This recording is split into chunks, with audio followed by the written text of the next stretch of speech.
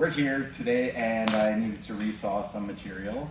I hear a lot of complaints about setting up the bandsaw and getting it to work well. So I wanted to try making a video of us doing it basically from the perspective of arriving at the saw with no blade in it and with our material here. We've got some maple about 8 inches wide and it's 8/4 stock, and I want to saw ultimately 2 3/4 inch pieces out of it, so I'll be sawing it in half. We've got some scrap material to set up the saw and test our setup, as well as a ruler, a pencil, a marking gauge, which is a really useful tool for marking the center line of the board that you want to resaw. We've got the metric Allen keys from the toolkit over under the top saw, and a tape measure and some hearing protection. We're going to need a blade for the saw. I'm going to use a 3/4 inch resaw blade. Usually this size of blade is suitable for resawing. We've got relatively fine teeth, so it'll be slow cutting, but it will make a fine, thin cut, allowing me to get the maximum amount of material.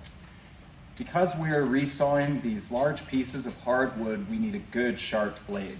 So looking at the blades that we have over there, we've got some used blades and we've got a new blade. It looks like we've got a pretty good used blade. Looking at the teeth, I don't see a lot of material burnt and lodged in the teeth. The blade looks relatively clean and the curve of the blade looks nice and smooth.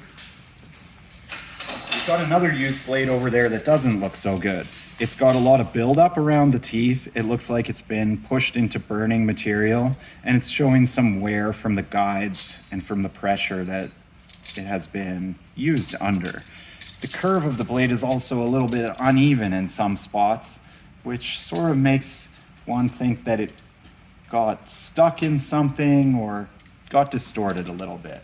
We won't use this blade for this challenging process, but you might give it a try and see if the blade still has some life in it.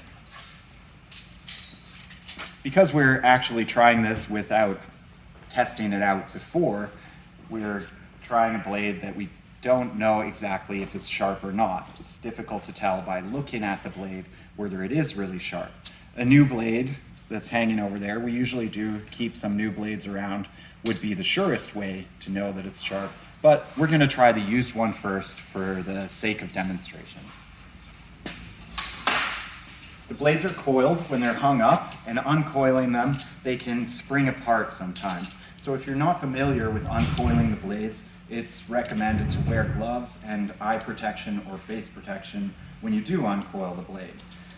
When I uncoil the blades, I'll just do it carefully and slowly, and having done it many times, I tend to be able to control them.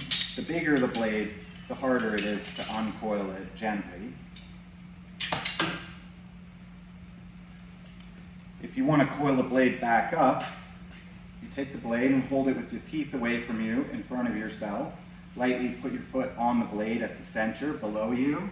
Let the blade sag down to create a bit of an oval shape, and pull the two sides in towards the center of the blade. Just laying it down, it will naturally fall into a coil.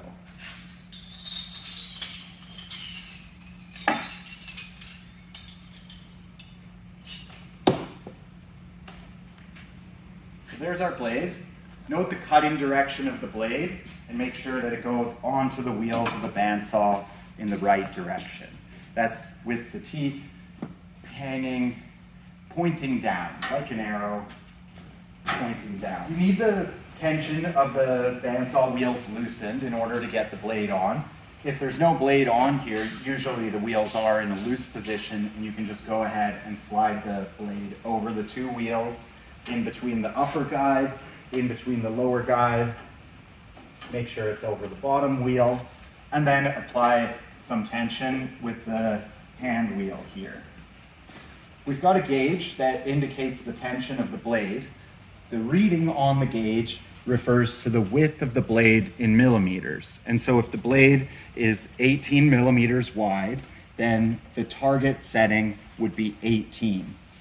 A 3/4 inch blade is about 18 millimeters wide, and there is a conversion scale for millimeters to inches that's at the side of the blade. You can see 3/4 makes about 18 on the scale. So you go ahead and tension the blade, load in the tension right up to 18.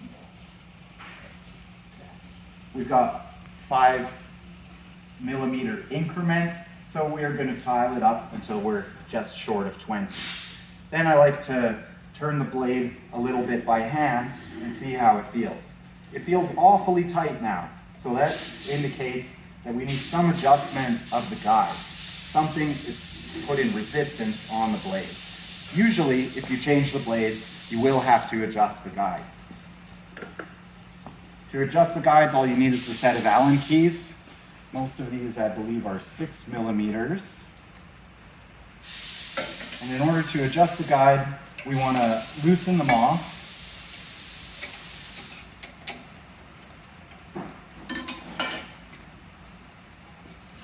So we loosen the 2 side blocks at the top as well as the back guide at the top. At the bottom, we'll do the same. We'll loosen the back and the 2 side blocks.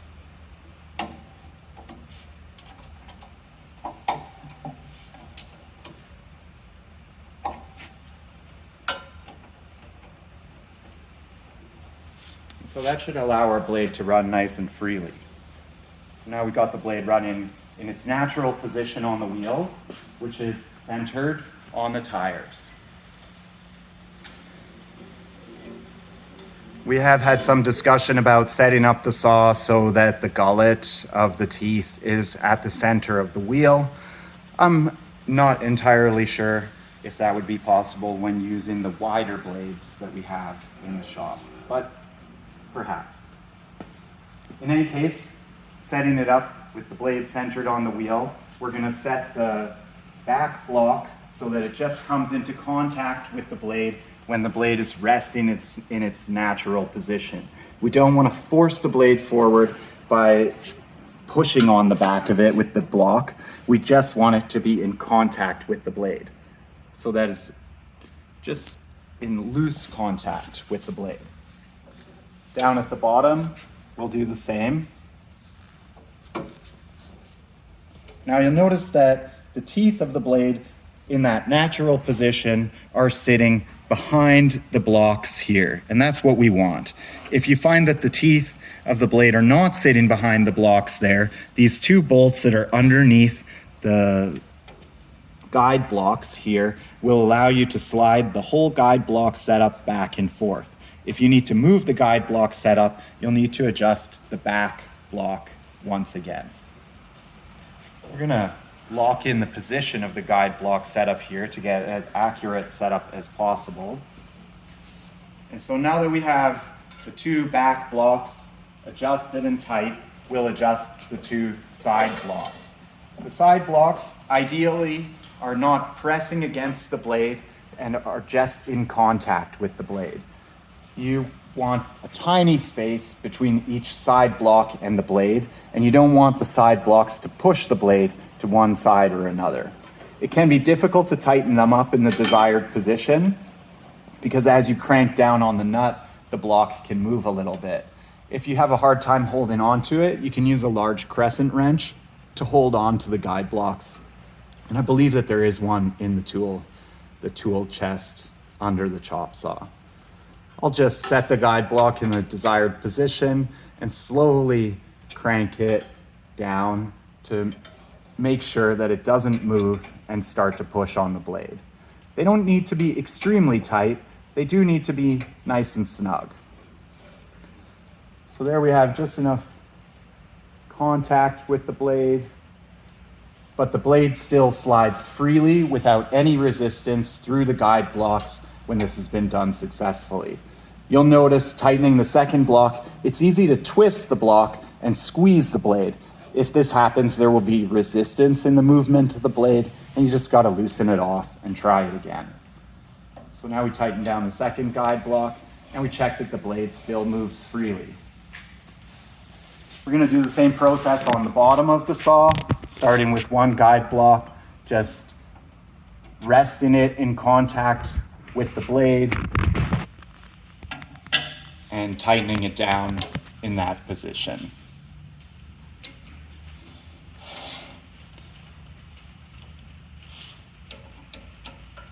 The second guide block is placed in contact with the blade and allowed just to have a little bit of space so that there's no pressure between the guide blocks and the blade. We'll crank it down and check that our blade still moves freely. I find that I've pinched the blade and I can't move the blade anymore. I've got to loosen off that last guide block and be a little more careful not to twist it into the blade. So I'll loosen it off, make sure we've got free space there.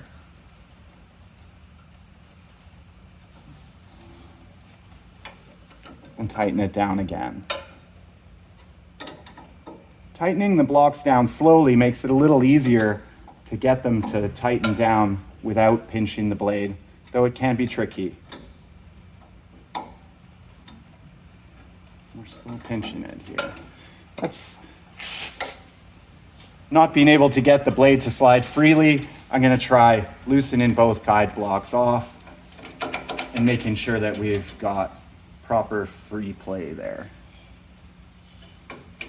This looks like it's just in a little bit of an off position here.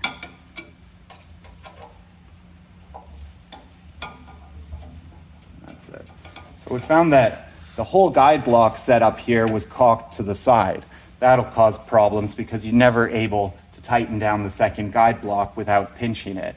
So this has to be adjusted just a little and placed in the center so that we've got free play in both guide blocks. So that's the two screws that are down below here, allow the movement of the whole guide block setup.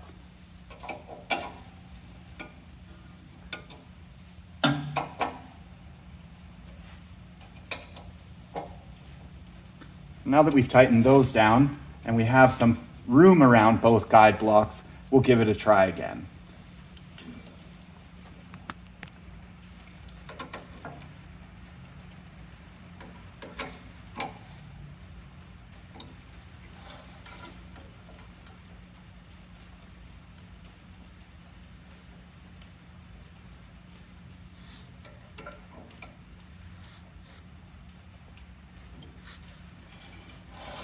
There we go.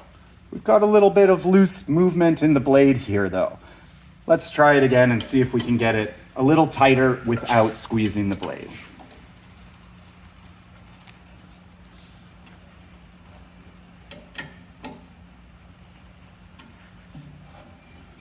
Now we've got the blade moving freely and we've got very little free play side to side in the blade. Feeling it here down below in this span between the wheel, the blade is quite flexible and it'll move quite a lot.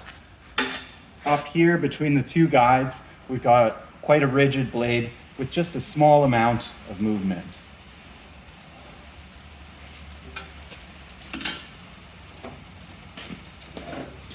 We'll raise the cutting depth a little bit for the material that we've got, and we'll close up the guards, allowing us to start the saw up.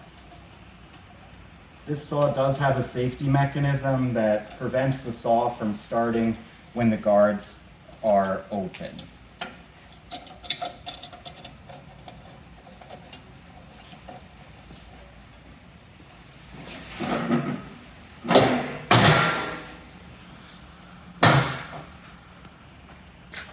We'll pull out the stop here, put away our tools.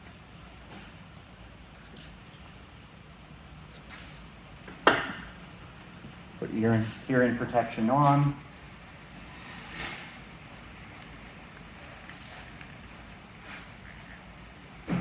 And start up the saw.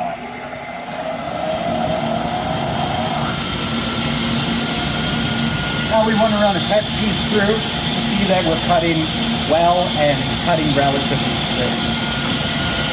As I run the test piece through, I'll try to see if the saw wants to cut heavily one way to the left or the right. It's usually a problem caused by a dull blade.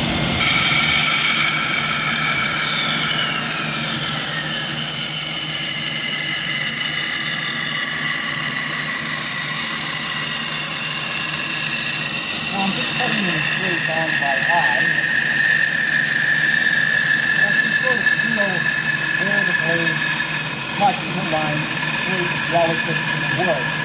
And I can stop this off in the middle of the cut using the brake. Using the brake, the saw shuts off automatically, and it slows down the spinning wheels of the saw at the same time. If I leave the wood in the position that I've naturally been cutting with, you can see that there's quite an angle between the fence, which looks like it's been squared to the slot in the table here, and the actual cutting line of the blade. You see a difference of probably 5/8 of an inch across the table here. Now, that might be improved if we put the new sharp blade on the saw. And so we'll go ahead and do that before sawing this material, because that's quite a bit of a left in the blade, and the blade may be distorted a bit. If this is the only blade that we had, or we wanted to use this blade, we could successfully saw material with this blade by shifting the fence over to follow the same line. The fence can be pretty easily moved by grabbing it from the far end because it's a lot of leverage. And then lining up the fence to our actual cutting angle, and then using the fence like that. We could test this out now by making another thin cut out of the same material.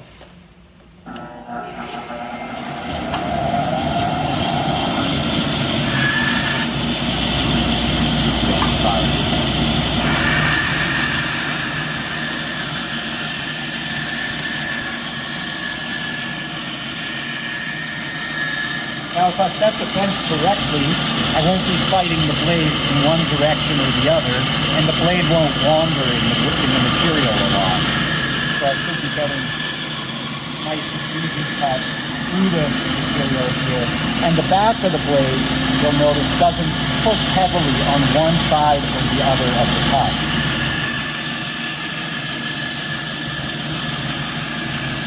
Now I'm going to need some other piece of material to push through the last bit of my cut here.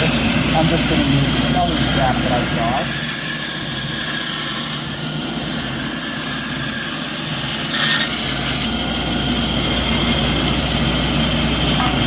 Cut a couple of pieces off and just see if we're getting consistent results.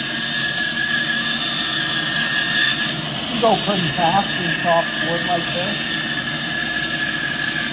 The soft material.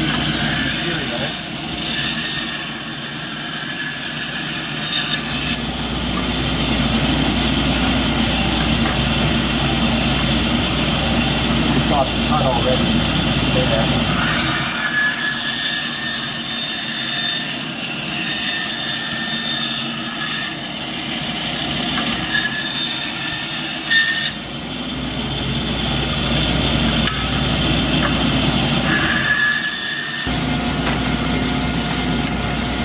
Altogether, resaws that pine 2x4 pretty well. For our maple today, we're going to use a new blade and see if the result is a little better. To put the new blade on, we'll just have to loosen the tension off and open the guards. We won't have to make any adjustments to the blocks because it's the same size blade. So we loosen the tension right off so that the blade can freely be removed, and open this one guard.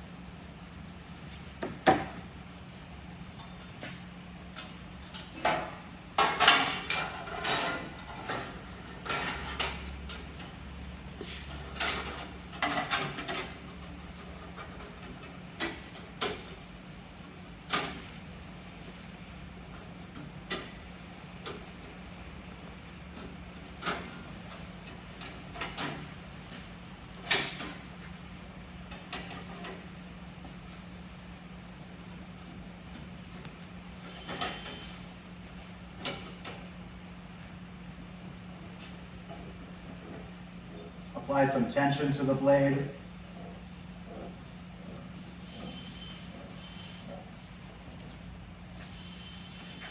See that the blade runs freely and tracks nicely. Looks good.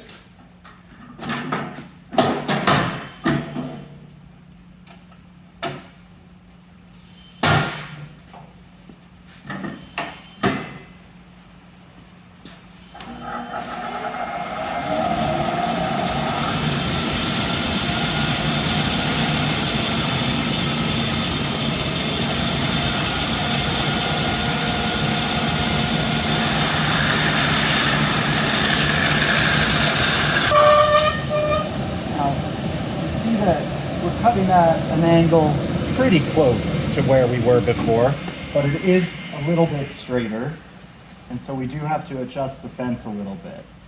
I like to just move the fence close to the piece that I've had there and carefully adjust the fence without contacting the piece so that I basically have an even space. I can see that my cut is relatively straight just by looking down it, and I've just done it all by eye.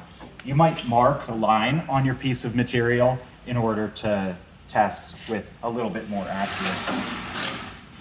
Now we're going to go ahead and try sawing one of the maple pieces. Let's mark out our desired cut. We have material that is almost exactly 2 inches thick, and so I'm going to want to cut, running the saw right down about 1 inch, just under, in order to run the actual kerf of the blade right down the center of the blade to give 2 evenly sized pieces in the hopes of using both of the pieces. So I'll make a small mark on there and I'll adjust my marking gauge by using that mark. You could also use your ruler to adjust your marking gauge. I'll just rest the needle on the mark that I'm making, and that will allow me to make a mark down the length of the board.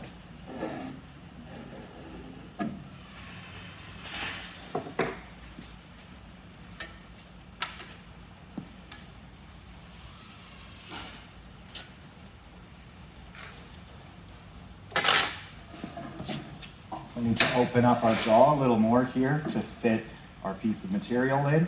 This is a large open jaw and a powerful cutter, so great care should be taken when working on the bandsaw.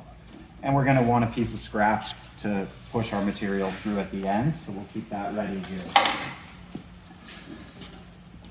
Now, we've got a nice flat bottom on this material, so we could just stand the material on edge and cut by following the line rather than using the fence. It is convenient to be able to use the fence, so we're going to set up the fence for this first cut, and we'll make adjustments if we need to for the other 3 cuts.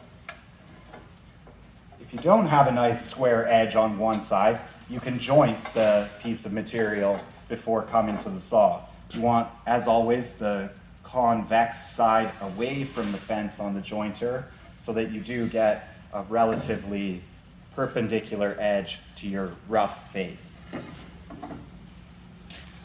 You want to let the saw come up to full speed, and you need to feed the wood into the saw slowly with the bandsaw. The bandsaw is quite slow cutting saw.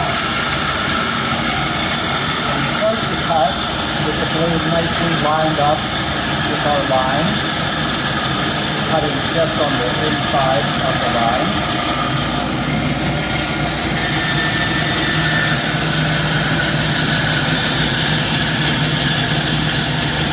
Notice that the cut is very slow. The material is hard and wide as this maple.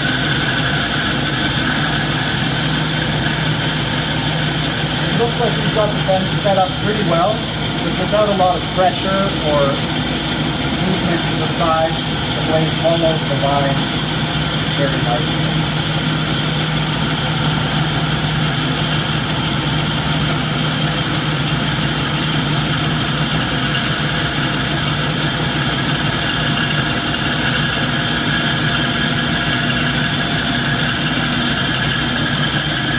I've got to apply quite a bit of pressure to get the saw to cut just this fast.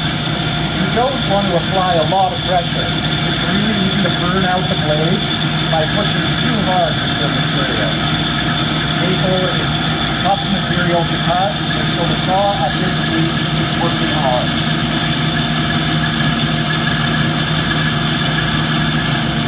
Got nice consistent cutting with the blade. The blade doesn't weave in and out from the line and get loaded with tension from side to side.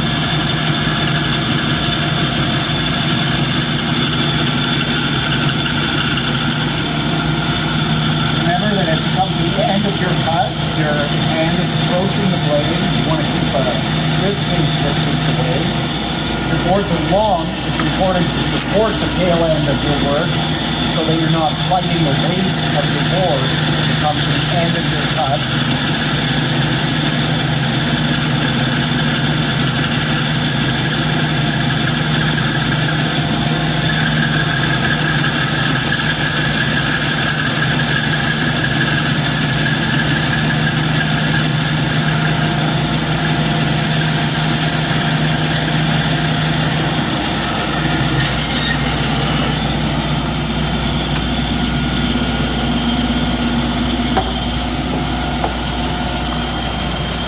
Pretty nicely sawn board. Now we've got some difference in the thickness here, and part of that has to do with the board not being perfectly straight. This board has quite a dip in it here, and so that dip doesn't move into the vent, so it ends up a little thinner there. The boards, whether they have a nice straight cut is the most important thing, and so looking down the length of the board, you can see that we're getting a nice straight cut here. The cut does not weave, you don't have a cup or a bow. And from top to bottom, the board is also nice and flat. You can tell by laying it on the table here, and if you lay the two cut faces against one another in one way and the opposite way, see that there's really very little space or length between the boards. This is the way that we cut them. They'll match up in that direction. If we've got a cup or a bow, that'll be amplified as you turn the boards down. See that they sit nicely together. It's getting quite a good result here. At times it can be difficult to cut your board in exactly a balanced half because of the variation in the rough piece of material. You might make some adjustment to the fence to just move a little bit of material onto the one side or the other. I think for our purposes, this is close enough. Hoping to get 3/4. In our thinnest part here, we may not quite get 3/4 out of the whole board. It's hard to get 2 3/4 inch pieces out of a 2-inch board.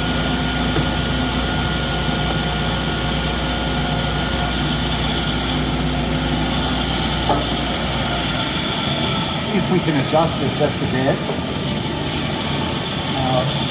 Cut like this, so we need a little more space on the fence side because that's the board that came out a little thinner for us. Often that's the case because any undulations in the material will take material out of the side that's against the fence rather than the off-cut side. Those undulations push the material away from the fence. So we'll just move the fence over a tiny bit.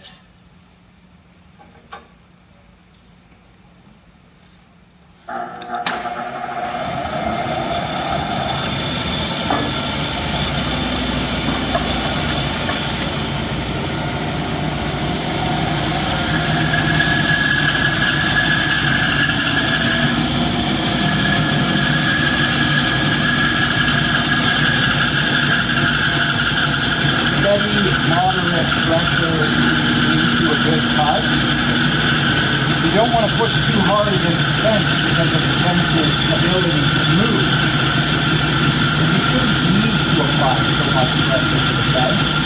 If you're throwing very large, heavy pieces of material, it can serve well to clamp the back end of the fence to ensure that it doesn't get knocked out of the fence.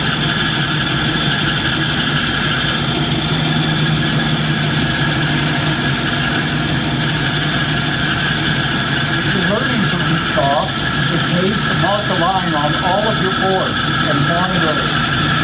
quality of your cut as you go, so that you're making adjustments before the material is all sawed up into pieces.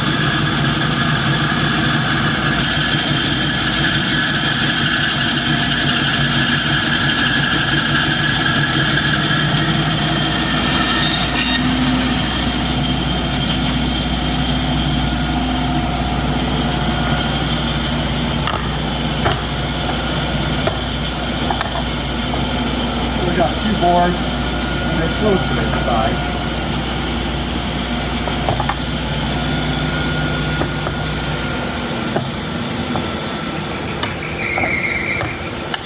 The one board is not the same thickness on each edge, so you get a little bit of variation, but you can look down the length of the boards and see that we're getting quite a straight cut. You can turn the boards one on the other. You can see that our cut is relatively straight. The cut will only be as straight as the surface that's riding and following on the fence. And so if you really want to get straight, thin pieces, you'll want to joint a reference face first so that you're getting the smoothest line, the straightest cut line possible. We've got one last piece to cut.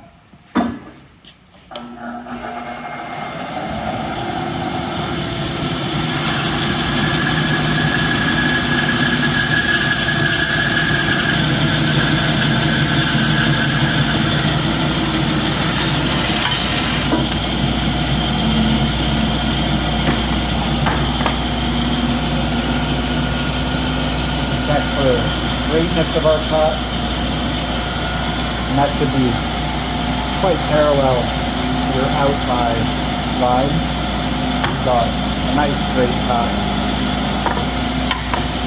These book match well. When I turn them around, you don't see much variation. We've got a nice straight cut in terms of top to bottom. We don't have a lot of loading of the blade to the side. The wood is pushing the blade to one side or the other.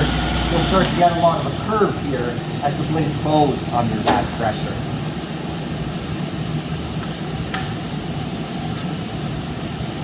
So that's resawing on our Laguna Bandsaw.